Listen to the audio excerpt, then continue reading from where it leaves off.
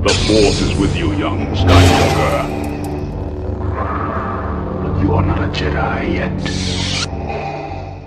Hey, what up, YouTube fam? It's Dupree, aka Darth Hater, here with some fresh, brand new Star Wars news for you.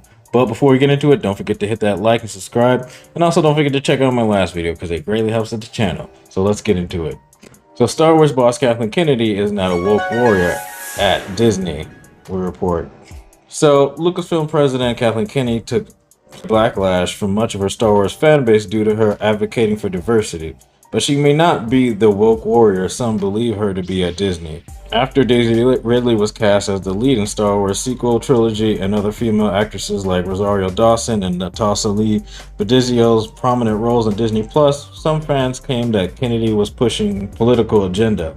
This later led to the Lucasfilm boss being described at the sect as woke. The popular adult animated series South Park even released a special that featured Kathleen Kennedy in a satirical manner as the face of the woke community at Disney, claiming that she only makes decisions to pander to everyone else. The upcoming Disney Plus series, The Acolyte, has been subject to this same criticism due to the featured female writer, director, and showrunner Leslie Headland, and putting much of it as a focus on female characters. Kathleen Kennedy is not as woke as some believe, according to Matthew Baloney via his The Town podcast. Lucasfilm president Kathleen Kennedy isn't accurately portrayed by some fans as being the face of diversity at Disney. Some go as far as to call Kennedy woke, but Baloney revealed that these claims aren't accurate. He specifically stated that she's not known as a woke warrior at the company and frequently even has to be convinced to include a lot of diverse elements, as states. But Kathleen Kennedy is not. That whole South Park thing was funny, but it wasn't accurate within Disney. She's not known as the woke warrior. She kind of has to be convinced from everything that I've been told. She kind of has to be convinced to do this stuff. Baloney also pointed out that there's still never been a female director of a Star Wars movie, and that he personally believes she has not gone overboard on the diversity stuff. Also says there's still never been a female director in Star Wars. I'm very critical of Kathleen Kennedy, but I don't think she's going overboard on the diversity stuff. As previously mentioned, some fans believe that the modern state of Star Wars has been dominated by female actors and executives just for the sake of diversity, while there has been a lot more females in executive roles and as lead actors recently. Those claims can easily be disputed and entirely brushed off.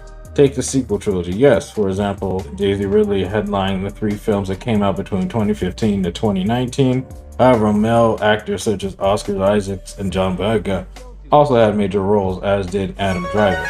It's also important to note that the 2 directors who brought the sequels to life, J.J. Abrams and Rian Johnson, are both men. When looking at Star Wars shows that have been released on Disney Plus, the same can be said. Rosario Dawson was the focus of Ahsoka series, and Natasha Lee Badizio had a major role as Sabine Wren.